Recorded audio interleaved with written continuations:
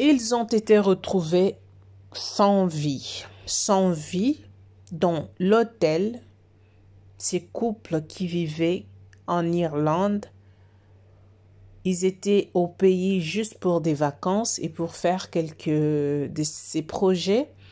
Voilà qu'aujourd'hui nous parlons de autrement, c'est-à-dire qu'ils ne sont plus en vie, ils sont partis. Du coup, c'est une très mauvaise nouvelle. On se pose des questions. Qu'est-ce qui se passe? On va tout parler, on va donner des conseils. Mais avant tout, je vous demande de vous abonner. Salut à tout le monde. Je ne commencerai pas, je n'irai pas loin avec cette émission sans pour autant vous saluer, mes abonnés et tous ceux qui vont regarder cette vidéo. Alors, je vous prie de vous abonner, de cliquer sur la cloche de notification. Cela vous permettra de recevoir des notifications à chaque fois que nous postons une vidéo. Alors, je vous prie vraiment de partager cette vidéo. Vous savez quoi? Si cette vidéo ne vous a pas plu, ça plaira à une autre personne. Si cette vidéo ne vous a pas apporté quelque chose, sachez-le que ça pourra apporter quelque chose à une autre personne. Si cela ne vous a pas mis quelque chose dans la tête, ça mettra quelque chose dans la tête d'une autre personne. Voilà pourquoi nous vous demandons de partager les vidéos. C'est important. C'est important parce qu'il y a aussi des gens qui sont sur le point de faire la même bêtise que ceux dont nous sommes en train de parler ont fait.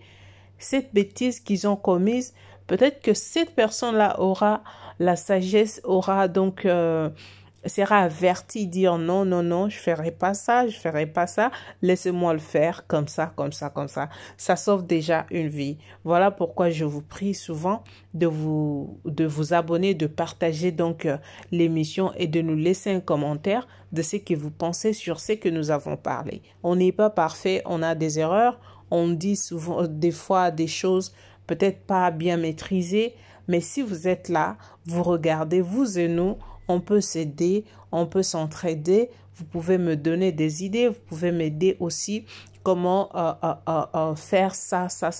C'est aussi important. Alors, vos remarques, vos reproches sont vraiment bienvenus chez moi. Alors, prenez quelque chose à manger, prenez de l'eau à boire, prenez un jus. Ici, c'est déjà l'hiver. Donc, pour ceux-là qui sont en hiver, je vous prie de prendre un cap de thé ou le café. Mettez ça, un café chaud, un thé chaud. Alors, mettez-vous dans votre pyjama et écoutez vraiment cette histoire attentivement. Le couple en question vivait en Irlande. Ils vivaient en Irlande parce qu'ils ne sont plus en vie. Et du coup, ils s'étaient décidés d'aller au pays parce que ce sont des Congolais, les Congolais de la RDC. Donc, ils se sont décidés d'aller au pays. Comme d'habitude, nos frères ou sœurs qui sont à l'extérieur du pays souvent vont aussi au pays pour voir de famille, pour rencontrer leur famille, pour aussi se divertir, voir le pays, voir ce qui se passe, comment ça fonctionne, pourquoi ne pas faire aussi ces business là-bas. Donc, ces couples étaient allés pour leurs raisons personnelles.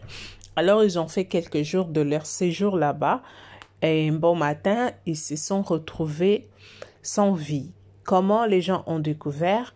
En allant, il y avait le silence, la chambre, personne n'ouvrait la chambre, donc depuis qu'ils étaient dans la chambre, il n'y avait aucun mouvement. Alors quand les propriétaires de l'hôtel sont partis pour essayer de savoir qu'est-ce qui se passe, pourquoi ils ne sortent pas, ils ont retrouvé qu'ils n'étaient pas en vie. Donc après, quand les diagnostics ou quoi, ils ont fait de recherche pour savoir qu'est-ce qui a fait que ces gens ne puissent pas se retrouver en vie. Ils ont découvert l'autopsie, quoi. Ils ont découvert que c'était 2.1. Ajoutez vous-même. Ils ont été en poids. Vous savez, à Kinshasa, pour ceux-là qui n'ont pas encore passé leur vie à Kinshasa, il y a tellement de choses là-bas. Et surtout si vous êtes en Europe et que vous partez pour vacances, vous allez vraiment vous réjouir parce qu'il y a plein de choses à manger, de divertissement, tout là. Si vous l'avez laissé pendant longtemps et que vous vous retrouvez là-bas, vous serez vraiment ému. Alors on ne sait pas ce que ces couples avaient mangé, qu'est-ce qu'on leur avait donné, pour qui y a en poids la nourriture de ces couples pour que ces deux puissent se retrouver morts dans la chambre. C'est l'autopsie, n'est-ce pas, qui a révélé qu'ils ont été en poids. Donc, voilà. Alors, ça fait mal, ça fait mal, ça fait mal. Quand j'ai reçu cette nouvelle, c'était vraiment quelque chose de what? Ce n'est pas la première fois que cette histoire se passe. Mais pourquoi vous le faites? C'est dinguerie. C'est vraiment dinguerie. On a comme l'impression qu'en Afrique, on pense que quand les gens vont en Europe, donc l'Europe, c'est déjà les paradis. Il n'y a pas la souffrance là-bas. Tout est en rose. Donc, voilà, raison pour laquelle les gens qui sont en Afrique, quand leurs frères et sœurs vont en Europe, pour eux, ils sont déjà des millionnaires. Non. Vous avez ôté la vie des deux personnes que vous ne savez même pas ce qu'ils vivaient en Irlande. Vous ne savez pas. Juste à cause d'une jalousie, ça fait en sorte que vous puissiez poser cet acte de pouvoir ôter la vie à ces deux individus. Mais qu'est-ce qui vous prend? Qu'est-ce qui vous prend? Dernièrement, de quelques années passées, on a vu sur Internet comment est-ce une jeune femme était mariée après quelques jours de son mariage. Elle a été en poids. Là, c'était au Nigeria, au Cameroun, quelque chose comme ça, si je ne m'abuse. Ça se passe toujours en Afrique. Ça se passe toujours en Afrique. Vous avez tué ces deux personnes. Vous ne savez pas ce qu'ils ont enduré ensemble. Vous ne savez pas ce qu'ils vivent avec leur enfant en Irlande. Vous ne connaissez pas les tenants et les aboutis. Vous ne savez vraiment pas ce qui leur avait poussé de venir au pays pour passer ces vacances-là. Écoutez, les gens subissent des dépressions hors du pays. Les gens font des travaux que vous ne pouvez pas imaginer hors du pays. Alors, si vous faites ça, vous n'aidez pas les gens. Parce que vous avez ôté la vie à ces deux personnes, vous ne savez pas quelle souffrance vous avez laissée derrière. Et je me pose même la question de savoir, toi qui as fait ça, toi qui as mis quelque chose dans la nourriture de ces deux personnes, est-ce que tu vas prendre la place de ces deux? Est-ce que tu prendras leur place? Leur passeport, leurs documents là, tu vas prendre ça et puis retourner avec là-bas en Irlande? Les responsabilités qu'ils ont laissées, est-ce que tu vas t'en occuper? Les enfants qu'ils ont laissés derrière, est-ce que tu vas t'occuper de ces enfants? Tu as juste laissé la souffrance derrière ces personnes. Tu pouvais même le faire avec une et l'autre pouvait continuer à prendre soin de la famille, des enfants et tout. Mais tu as décidé de faire ça à deux personnes? Quelle méchanceté! Vous qui vivez en Afrique, nous qui vivons en Afrique, Si on nous disait les conséquences que les gens rencontrent en Europe ou ailleurs, en dehors du pays, certains d'entre vous ne seront pas à mesure de subir tout ça là. Parce que j'ai vu des gens qui étaient en Afrique, ils sont allés au Canada, arrivés là-bas, ils cherchaient de l'argent chaque fois, envoyez-moi, envoyez-moi, envoyez-moi. Mais il a eu la chance que beaucoup de personnes sont en train de chercher d'aller au Canada. Arrivé au Canada, il n'a pas pu rester là-bas. Il a dit qu'il faisait tellement froid qu'il n'était pas à mesure de supporter, qu'il ne pouvait pas y rester parce que non, ça marche pas, qu'il ne s'attendait pas à ça, que tout le monde est toujours occupé, tout le monde est toujours à l'intérieur de la maison, tout le monde est toujours au travail, tout ça, tout ça. Il ne s'attendait pas qu'il pouvait, que ça vivait comme ça, que la vie s'est passée comme ça au Canada. Il n'a pas pu rester. Il a fait 2 mois, il est retourné au pays. Il a dit non, je préfère vivre chez moi au Congo qu'aller vivre dans un tel pays. Il y a des choses qui se passent à l'extérieur du pays que vous ne savez pas. Mais à chaque fois que vous voyez des gens poster des vidéos, des photos, vous pensez qu'ils sont déjà au paradis. Non. Ces gens-là souffrent plus que vous-même. Ce n'est pas facile d'aller faire des travaux que vous n'êtes pas habitué. Mais vous allez là-bas, vous êtes obligé de faire quelque chose. Je vous dis une histoire. Le pays dans lequel moi je vis, il y avait un frère. Excusez-moi. Ces frères-là, c'était un docteur. Il a fait la médecine au pays. Mais vous savez, avec nos pays, comment ça fonctionne, il n'y a pas de travail, il n'y a rien du tout. Il était décidé de venir vivre ici et chercher comment se débrouiller pour avoir un peu d'argent, tout ça. Arrivez ici, les amis, parce que ce n'est pas vos diplômes qui vont vous servir. Hein.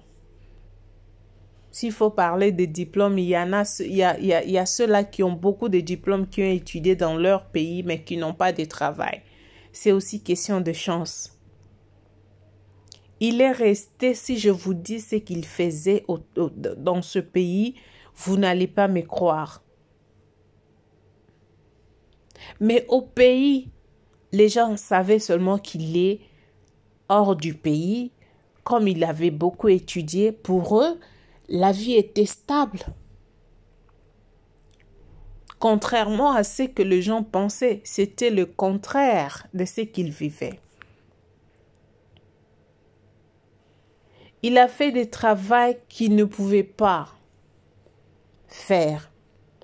Mais à chaque fois qu'on lui posait la question, il disait toujours « je suis ceci, ce... » Même sa façon de faire les choses, même sa façon de faire ses travaux qu'on lui avait donné, ça se voyait seulement que c'est pas son milieu. Il était négligé, saboté de tous. En tout cas, critiqué, c'est un fainéant, c'est ceci, cela. Donc, il n'aime pas le travail. On lui avait donné tout le nom du monde. Tout ça à cause de quoi? Ce sont les réalités de l'étranger.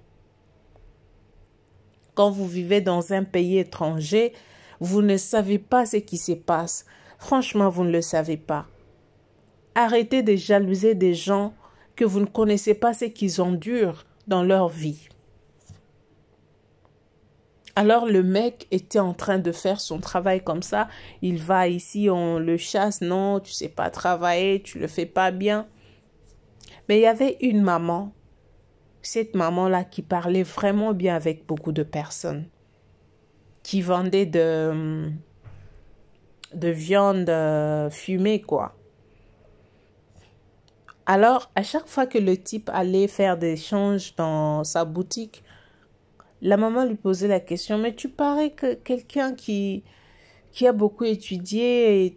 Donc, la maman posait toujours des questions. Comme elle posait à tout le monde, elle est souvent comme ça quand tu es dans sa boutique, elle pose tant de questions aux gens pour connaître ce que vous vivez, comment votre pays, tout ça, tout ça. Alors, le type lui a relaté que moi, je fais le médecine chez moi, mais voilà ce que je fais ici. Donc, la maman a demandé, est-ce que tu as tes diplômes? Le type a dit, oui, j'ai mes diplômes, j'ai tout. Alors, la maman a dit, bon, je verrai ce que je peux faire pour toi. J'ai des amis qui travaillent dans des hôpitaux, comme ça je vais essayer de leur en parler. S'il y a quelques trucs pour toi, comme ça pourrait aller. Mais quand cette dame était en train de parler, pour elle penser que ses amis pouvaient donner le travail ici, dans le même pays. Mais même cette maman-là ne savait pas qu'il allait quitter le pays pour aller ailleurs. Je sais pourquoi je vous relate cette histoire. Un jour, la maman a appelé, il lui a dit, je donnais ton numéro à un ami, il va t'appeler, vous allez causer. Alors l'ami a appelé aussi le type en question, il lui a posé quelques questions comme l'interview en fait. Il lui a dit qu'il y a un site, on est en train de chercher des gens comme vous et si tu es intéressé, tu peux... me donner tous les coordonnées et puis on va faire ça. Comme tu n'as pas les documents ici, tu peux rentrer chez toi au pays. À partir de là-bas, on va te faire voyager pour la France. Je vous dis, ça se fait comme ça et le type en question n'est plus dans ce pays. Il est ailleurs. Vous voyez ce qu'il a traversé.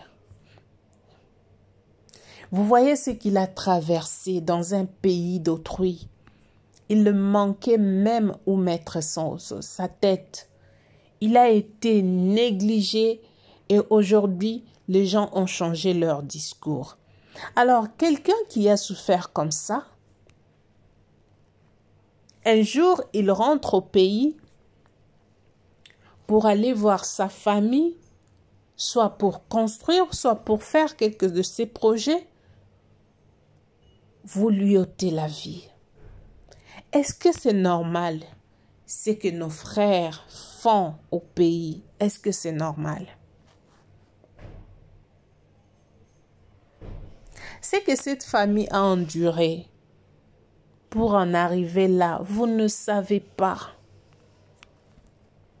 Qu'est-ce qu'ils ont de si spécial qui vous a poussé à leur faire du mal jusqu'à ce point?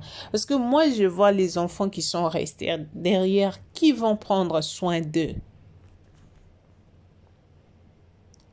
Comment nous pouvons être si heartless, sans cœur? Comment? La famille réfléchissait avant de faire des choses. Vous allez mettre un cœur dur dans vos proches ou vos familles. Quelqu'un peut avoir des belles idées pour rentrer au pays, dit non, je ne peux pas rentrer parce que voilà, regarde ce qui se passe au pays. On doit aussi faire très attention parce qu'on ne sait pas qui est qui. Toi, tu es rentré, on te sert à manger, tu manges, tu sais que tu es chez toi. Mais tu ne sais pas la personne qui t'a servi à manger avec quelle intention. Même si ce n'était pas cette personne-là, qui était derrière elle. Tu ne sais pas. Tu ne sais pas. Du coup, on va donner confiance à qui? À qui on peut faire confiance? on ne sait pas à qui faire confiance. Parce que l'autopsie a dit oui. Mais est-ce que l'autopsie va démontrer la personne qui a fait cela? Non. Et tout ça pour quelle raison? Est-ce que tu vas récupérer la place de cette personne que tu as mis par terre?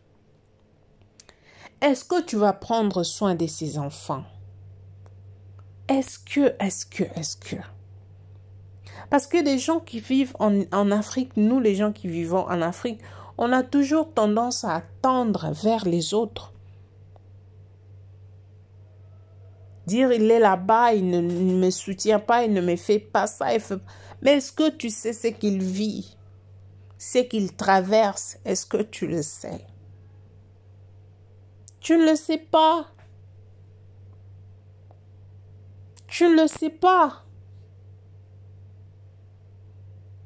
Ça fait mal, hein? Ça fait vraiment mal, les amis, de voir ces genres de comportements dans nos communautés.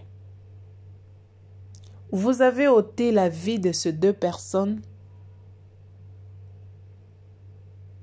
Du coup, vous ne savez pas ce que vous avez laissé derrière. Vraiment, c'est triste, la famille. C'est vraiment triste. C'est vraiment triste. Mes condoléances à la famille qui a perdu, à toutes les deux familles. Mes condoléances et courage aux enfants et aux membres de la famille. Que Dieu vous donne la force, que Dieu vous encourage vraiment parce que c'est fort. C'est tellement fort.